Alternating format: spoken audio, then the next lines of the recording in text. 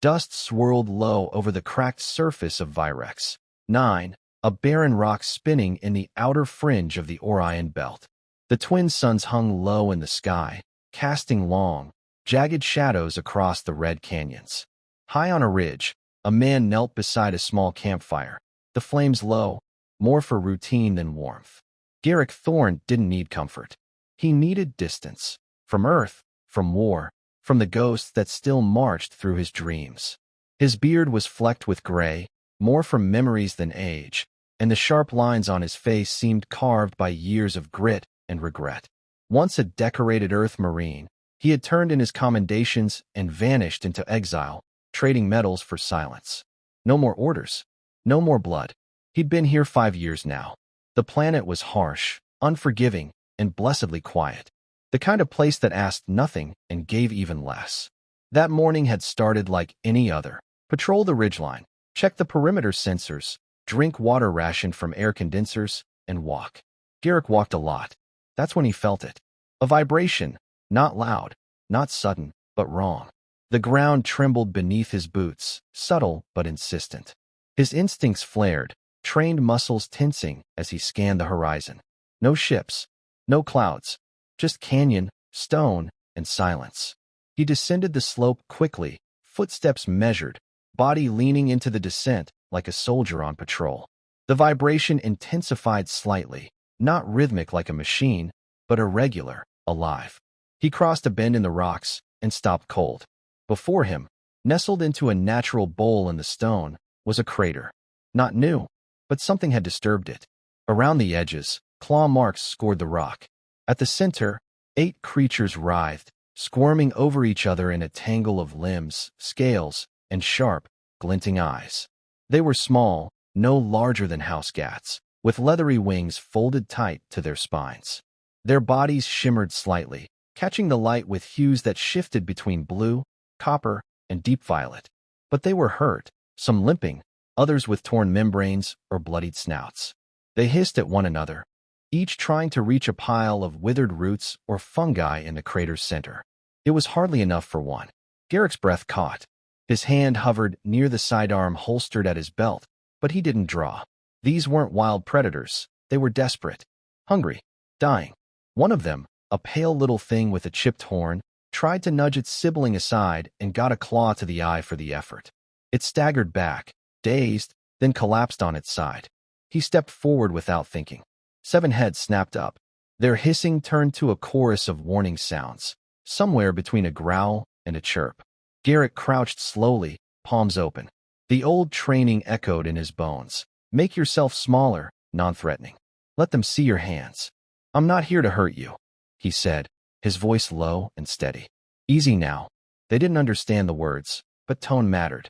One backed away, 2 others bared teeth, but none attacked. Garrick stayed still. His eyes swept the crater. The little one with the chipped horn hadn't moved. He checked the sun's position. Still time before the colder twilight rolled in. He had a shelter 3 clicks east, a med kit, and protein cubes. Not designed for reptiles, but better than nothing. He looked down again. They were watching him. Cautious, tired, but watching. Damn it, he muttered. He stood and backed away slowly. No sudden movements. No threat. It took him 20 minutes to return with supplies. When he came back, 2 of the creatures were over the little one, nudging it gently. Garrick laid the protein cubes on a flat rock just outside the crater and retreated to a nearby outcrop, settling in with his rifle across his knees. Not aimed, just ready. At first, nothing. Then one, the boldest, crept forward. It sniffed the air, tested a piece, and then devoured it in seconds. The others followed. Even the pale one stirred weakly when Garrick placed a water pouch nearby and dribbled a few drops onto its snout. For hours, he watched them eat, hiss, and finally rest in a tight heap of twitching tails and half-folded wings. They had no business being here. Nothing this fragile should have survived on Virex 9 without protection. That night, Garrick sat beside the crater and cleaned his rifle. He didn't sleep. Over the next 3 days, he brought them water and protein cubes, mending a wing here, applying disinfectant there. He didn't name them, not yet, but he started recognizing differences. The bold one with jagged spines who always ate first. the shy one who stuck close to the crater's edge, the pale one still too weak to walk. By the fourth day, they began to greet his approach with more curiosity than fear. One even followed him briefly when he stood up, wings flapping weakly. He didn't speak much. What would he say? That he'd once lit cities aflame with orbital cannons? That his last mission left 128 bodies in a trench, half of them children? That this quiet planet was his penance? But the creatures didn't ask. They didn't judge. They simply existed. Needy. Alive. Late on the sixth night, Garrick was roused by a sound, a low rumble from the west. Not thunder. Not tectonics. A hover engine. He rolled over, eyes wide, and crawled to his perch above the crater. In the distance, lights skimmed the horizon. 2, maybe 3 vessels. Not corporate. Not military. Pirates, maybe. Or worse, biotrackers. He looked back at the sleeping pile of creatures, their tiny chests rising and falling in unison. It would be easy to walk away, to vanish into the canyons. Let nature or fate take its course. But something in him shifted, small, stubborn, and dangerously close to hope. He'd left Earth to forget what it meant to fight for something. Now, he realized, he might have found something worth defending again. Garrick stood, slung his rifle across his back, and checked the pulse cannon strapped to his pack. He knelt beside the crater, placing a firm hand on the spiny ridge of the boldest dragonling. "Looks like trouble's coming," he murmured. "Let's see if you kids are worth all this noise." The creature blinked at him slowly, then nestled back into its siblings. As the engines grew louder in the distance, Garrick turned to face the canyon. He didn't smile, but his eyes gleamed with a clarity they hadn't known in years. Not yet peace, but maybe, finally, a reason. The ships landed just beyond the canyon rim with the subtle grace of predators, silent and deliberate. Garrick crouched behind a jutting rock, eyes fixed on the rising dust. 3 craft, sleek and black, with no insignias or lights. Whoever they were, they didn't want to be seen, at least, not until it was too late. He pressed a finger to the worn communicator on his wrist, still inactive, no off-world signals in or out. He hadn't needed it for years. Now, he wished he hadn't let it fall into disrepair. Below, the dragonlings stirred. Sensitive to vibration, they sensed danger before they saw it. Their restless chirps echoed softly through the crater. Garrick whispered a calming word as he moved down toward them. His boots barely made a sound. He surveyed the creatures quickly. The pale one, now slightly stronger, blinked up at him and nudged his boot with its snout. Garrick bent, placing a firm hand on its head, gently brushing over the ridge of small horns. They were still fragile, still healing. Not ready to run. Not ready to fight. He looked up toward the darkening ridgeline. 2 figures emerged, tall, clad in lightweight armor, visors down. They moved like professionals, weapons slung but not drawn, scanning the terrain with practiced ease. One knelt beside a footprint. The other gestured toward the crater. Garrick's mind shifted gears. They hadn't seen him yet. That wouldn't last. He moved back to the shelter he'd begun constructing just beyond the crater. Simple stones and scavenged metal forming a partial barrier from the wind. He grabbed the signal flare from its hidden mount and drove it into the ground. He had no intention of alerting anyone. It was a trap. The creatures needed cover. He had none to spare. "Stay quiet," he whispered, voice tight. "No noise. No movement unless I call you." They didn't understand the words, but his tone worked. Even the bold one, who'd taken to following him constantly, curled back around its siblings. He moved quickly, crossing open ground with the practiced discipline of his old self, silent, purposeful, deadly. He looped around the edge of the crater, using the terrain's shadows to his advantage. The intruders moved closer. Garrick reached a perch just above them, knelt low, and waited. As one passed beneath him, he dropped down silently and struck with the butt of his rifle. The impact dropped the man instantly, armor clanging against rock. The second spun, raising a sidearm, but Garrick was already moving. He tackled him hard, the 2 tumbling across the ground. The man lashed out with a blade, slashing Garrick's arm, but before he could follow through, Garrick slammed his elbow into the man's throat. The soldier gurgled, stunned. He didn't kill them. Not yet. Once restrained, Garrick searched their gear. No identification. Their weapons were high-end, biotracker tech, neural darts, containment clamps. They hadn't come to explore. They'd come to harvest. That made things worse. The ships remained powered down at a distance, probably with a pilot or two still aboard. He couldn't storm them, not with his limited ammo. He didn't need to. They'd come to him. By morning, the canyon was still again. Garrick had moved the captives, hidden in an alcove, bound and gagged but alive. He watched the ships from afar and waited for a signal that never came. These weren't amateurs.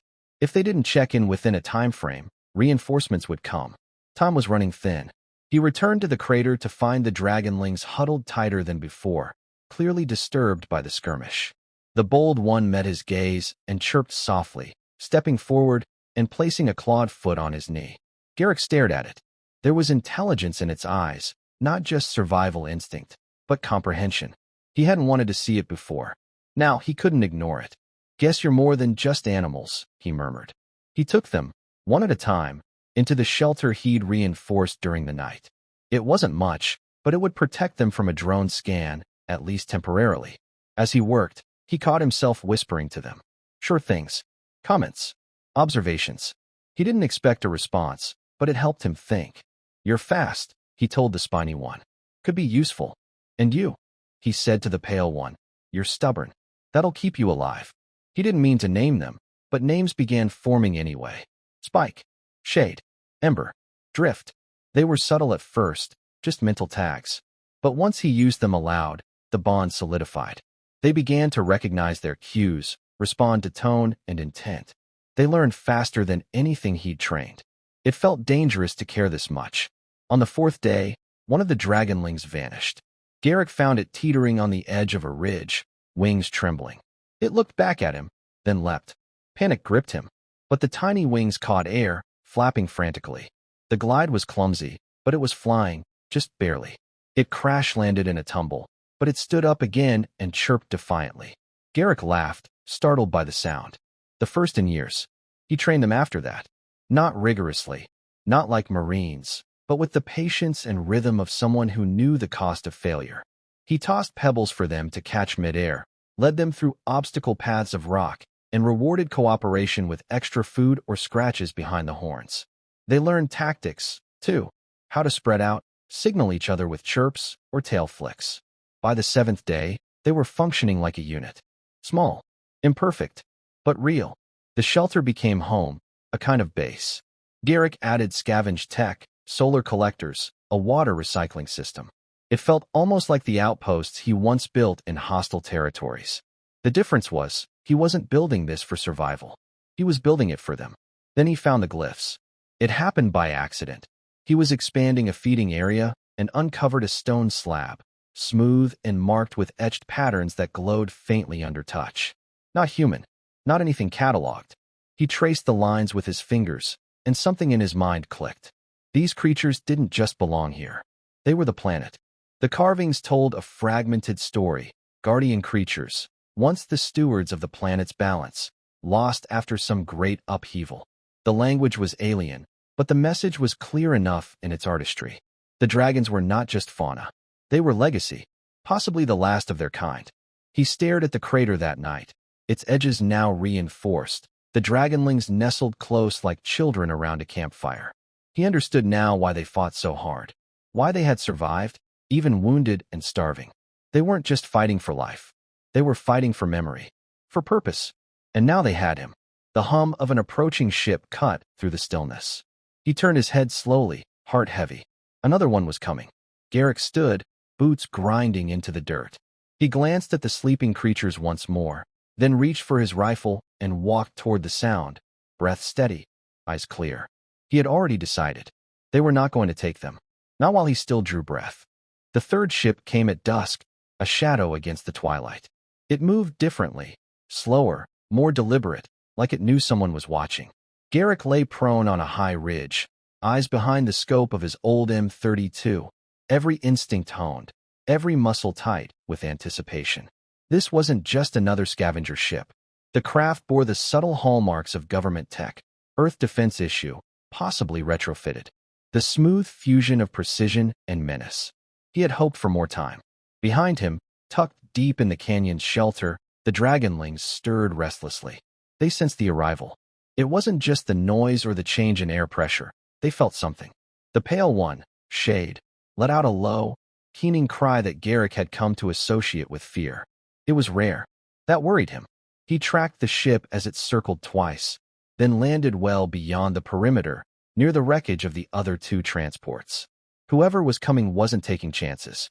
They were observing first, calculating, and they weren't alone. Garrick saw them descend, a squad of 6, armored in the old gray-blue of the Unified Colonial Forces, insignia erased. The lead figure, however, wore no helmet. Silver hair, upright posture, and a jaw that looked like it had never learned to bend. Commander Lisa Wren. He didn't need the scope to recognize her. He knew her gait, had trained with her years ago in the Terran Barrens. She was a survivalist, strategist, and by-the-book career officer. And she had hated Garrick's methods. They'd argued, once. She called his tactics emotive. He'd called hers mechanically suicidal. She'd climbed ranks. He'd retired. That had been the last word between them. Now here she was, standing on his soil. He backed away from the ridge, muscles tense. He couldn't face her without a plan. Back at the shelter, the dragonlings had clustered together. Ember, the feisty one with the orange-streaked spine, paced in circles. Drift flicked his tail anxiously. They knew this was different. Garrick moved among them, hands steady, voice low. Quiet now. They don't know exactly where you are. The shelter's walls, reinforced with thermal dampeners and electromagnetic shielding from the crash craft, should hold against short-range scans. But if Wren was here, she would bring more than soldiers. She'd bring drones, algorithms, heat maps. He had hours at best.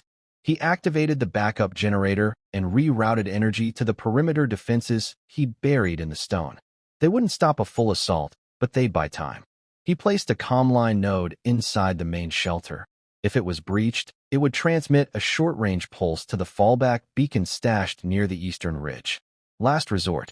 He knew Wren well enough to anticipate her approach. She would send a drone first, small and silent.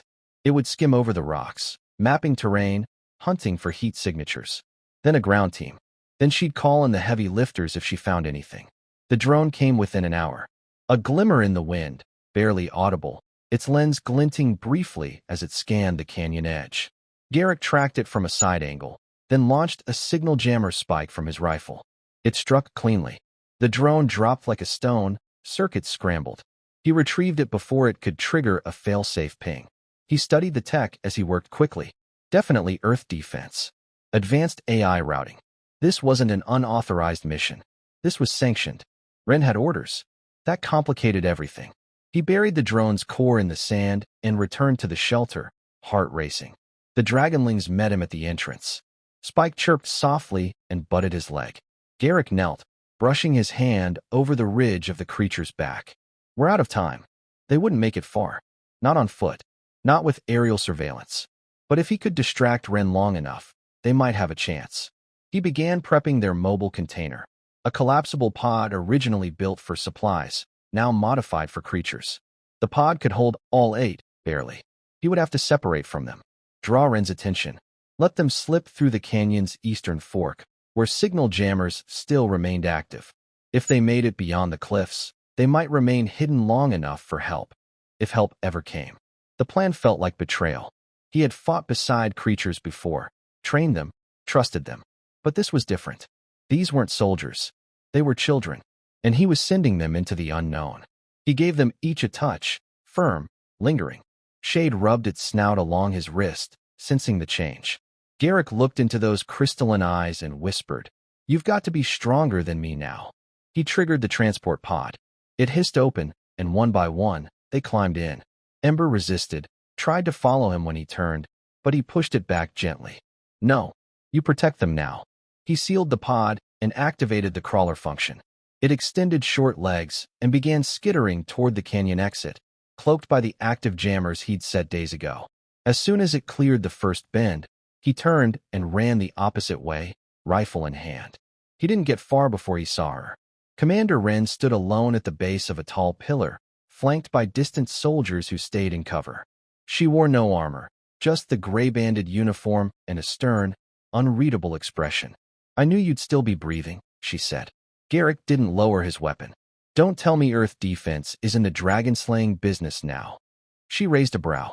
"We're in the species containment business.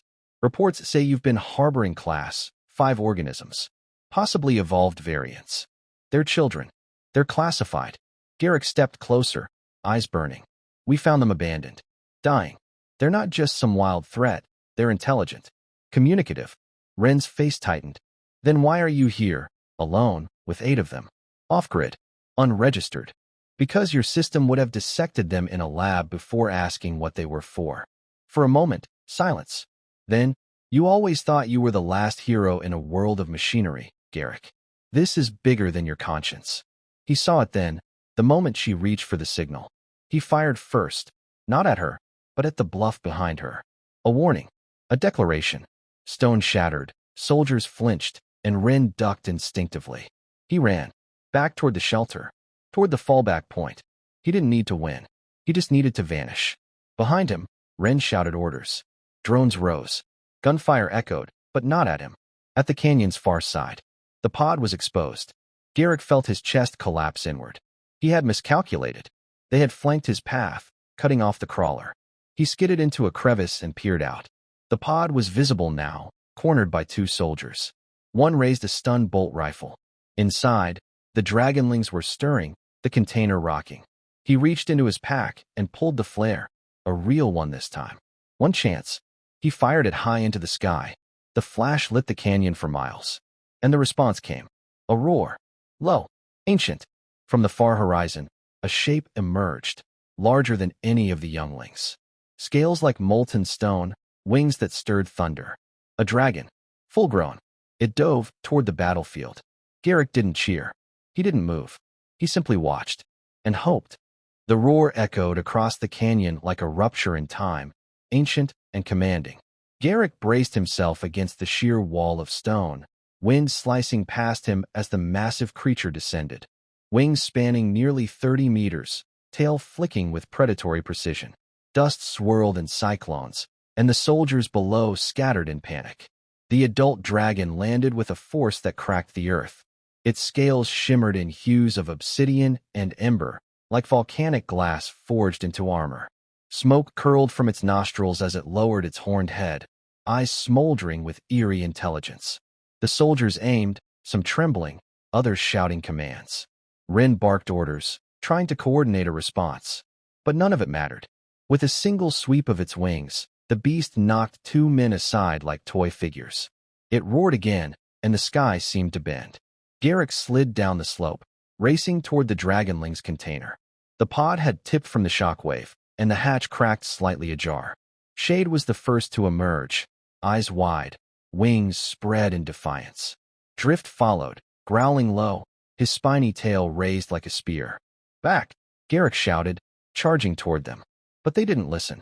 The young ones surged forward in unison, not to attack, but to shield the adult. They circled the larger dragon, chirping in a complex pattern, each tone unique but unified in rhythm. It wasn't panic. It was language. Ren paused mid-command, watching them. Are they communicating? Garrick didn't answer. He reached the group and stood among them, facing her. What you're seeing is a family. You destroy them, you kill a species. Ren lowered her weapon slightly, expression tight with uncertainty. The adult dragon's head swiveled, watching her, nostrils flaring. One misstep, and it would turn everything to ash. What's it doing here? She asked quietly. I don't know, Garrick admitted. But they called it. Shade stepped forward, small wings flaring wide, and let out a series of trills and hisses. The adult dragon replied with a low rumble, then nudged each of the young ones, its massive snout impossibly gentle. Ren took a step back. Her voice was quiet now. They're not just surviving. They are rebuilding. Behind her, one of her lieutenants spoke through a comm. Commander, orbital team requesting authorization for strike. They've locked on coordinates. Ren hesitated. Garrick stepped forward, placing himself between her and the dragons. Don't. If I refuse the order, I'll be court-martialed. Then let them court-martial you. Her jaw clenched. You always made things harder than they needed to be. Because they needed to be hard, he shot back. Because there's always something more important than protocol. The adult dragon gave a low, pulsing hum. It stepped forward and extended a wing over Garrick and the younglings, shielding them. The message was unmistakable. This man is mine. Ren exhaled slowly. You think this ends here? No, Garrick said. It begins here. She looked up at the beast, then down at her rifle.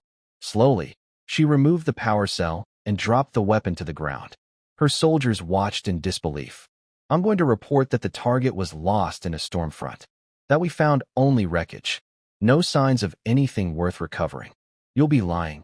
I'll be protecting something that matters, she said, her voice low. Garrick stared at her, searching for the woman he once knew. Somewhere in that steel core, he saw a flicker of humanity. It was enough. The orbital strike was never called. 3 days later, the skies were clear. Ren's team had withdrawn, leaving behind gear and medical supplies as a gesture of penance. The dragons were thriving again, stronger with every passing hour. The adult, whom Garrick now called Tempest, remained nearby, roosting atop the canyon's high ridge, always watching. Garrick walked the perimeter with Ember pacing beside him, the creature now almost his height when standing. The sun dipped below the horizon, casting the canyon in amber hues. He stopped and looked up. They'll come again. Ember let out a sharp chuff, as if agreeing. But we'll be ready next time. Behind him, the dragonlings chased each other through the sand, clumsy and joyful. Tempest stirred on the ridge, wings rustling like dry thunder. Garrick watched them a moment longer, then turned back toward the shelter. He no longer felt alone. Not just a protector now, a guardian.